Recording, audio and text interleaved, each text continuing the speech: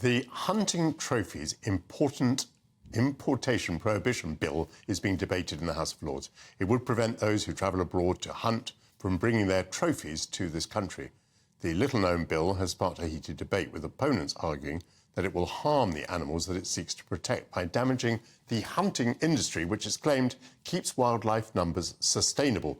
The High Commissioners of South Africa, Namibia, Zambia, Botswana, Zimbabwe and Tanzania have all written to the Times, accusing those behind the bill of adopting colonial attitudes to Africa. From Zimbabwe, I'm joined by Dr. Fulton Mangwanya, the Director General of Zimbabwe's Parks and Wildlife Management Authority, and Henry Smith MP, who's leading the charge, is also joining me. Fulton, thank you very much for being on GB News. What is the business model that means that would be threatened by this bill? Thank you very much. The business model that will be threatened by the banning of importation legally under the trophies from Zimbabwe is on the campfire that we have, which is supporting over 800,000 families in Zimbabwe. They rely on the proceeds from legally hunted trophies.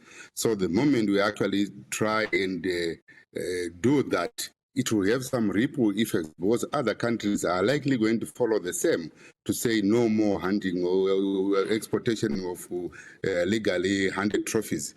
My problem is we are actually doing this according to international laws, because CITES gave us quotas to do like hunting of elephants, over almost 500 elephants we are supposed to be hunting. So the moment we do this, we'll then have a ripple effect of other countries trying to follow what I feel does not promote international trade, which is supposed to be promoted by CITES. Thank you. So, Fulton, big money is paid by people to go and hunt and to bring these trophies. That's part of the deal. That money is used in the countries that we're talking about in order to get people involved in animal conservation. And that means, of course, some animals are hunted, but it means that other animals survive. And it enables you to involve people who might otherwise want to turn the land to other purposes, like agricultural purposes. Is that pretty much the case? Maybe if I get you correctly, the hunting that we are doing under campfire is actually promoting the protection of the same species which you are trying to protect from that other side, because there is value in these species which are also killing people, but people are benefiting from them through the process of hunting. For your own information, we have got the second largest population of elephants in the world, the fourth largest population of rhinos in the world, a thriving and growing population of large carnivores in the world. So if we don't do sport hunting, I don't think we'll be doing well, because we need money for conservation, we need money for the community's livelihood. And this can only be done through sport hunting, where we get big monies. And stopping it, like I said, is going to affect a lot of families, like 800,000 families.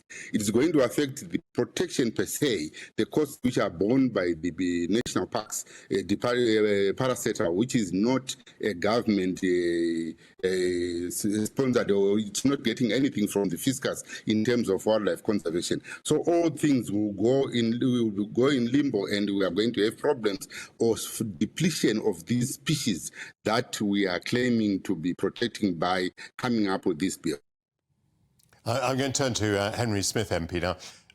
Henry, there's quite a weight of evidence against this bill. We've got a letter from 6 High Commissioners from countries in Southern Africa, and we've just been listening to Fulton, who's in the conservation business.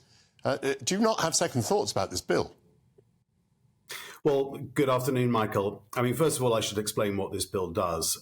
If it becomes law, it will ban the importation to Great Britain of body parts of endangered species as so-called trophies. So this is the territorial extent of this bill is Great Britain, and it is saying that we, as British people, choose not to want to import endangered species body parts into this country. So we're not telling countries in Africa what to do, and indeed this bill covers endangered species all over the world. So it covers polar bears from Canada. We're not telling the Canadians what to do. This is simply what 9 out of 10 people in many opinion polls in this country are saying is we don't want to import endangered species.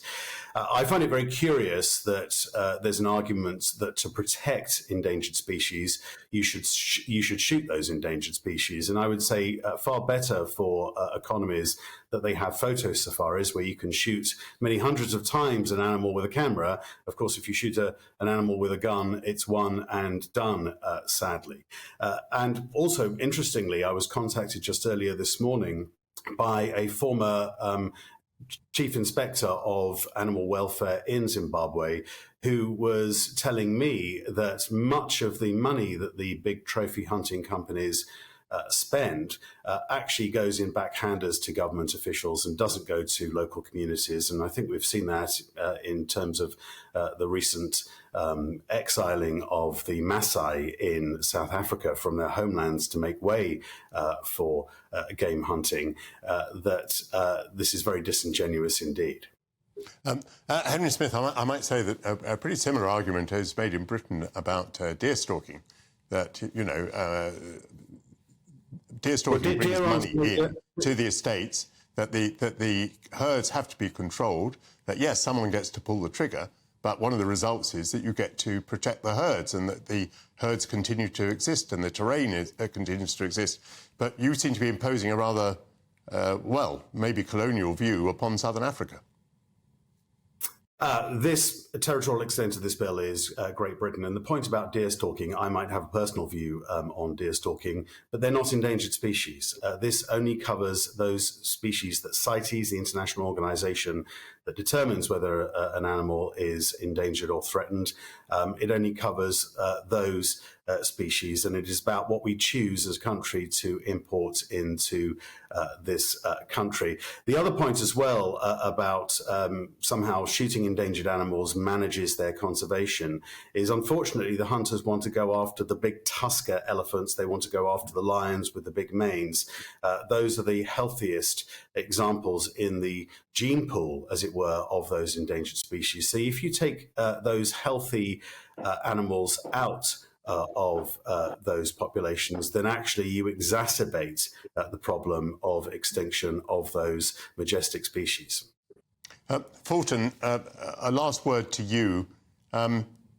The accusation is made that some of the monies that are being paid are actually finding their way into corruption. Is that true? Is some of this money going to corrupt officials? I'm sorry, but that one is false accusation. It's a false claim.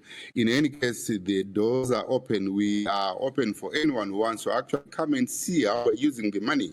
You know, the irony of the British is that, you know, they're talking of trying to love and protect the animals, which indirectly they are trying to destroy by actually coming up with this bill. Because I don't see how you protect by banning importation of the trophies to your country. Rather, it's influencing other countries to follow suit, which is going to destroy everything that we have actually done in Zimbabwe. We have done well in conservation of these animals. That's why I'm saying we have got the second largest population in the world after Botswana, which means we are doing well.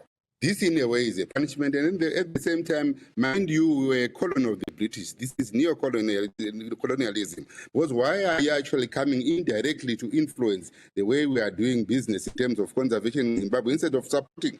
Because EU actually gave us a lot of money to do the review of the same campfire which we are going to launch. The Americans give us the money at the initial stages, and they also gave us a lot of money thereafter to improve the campfire, which benefits the communities. If you are interested in the animals and if you are interested in the communities, it's better for you to relook at your bill and amend it accordingly so that it doesn't punish those who are doing well in conservation. I thank you. Thank you very much. Our two speakers there are a long way apart from each other, Fulton Mangwanya and Henry Smith MP.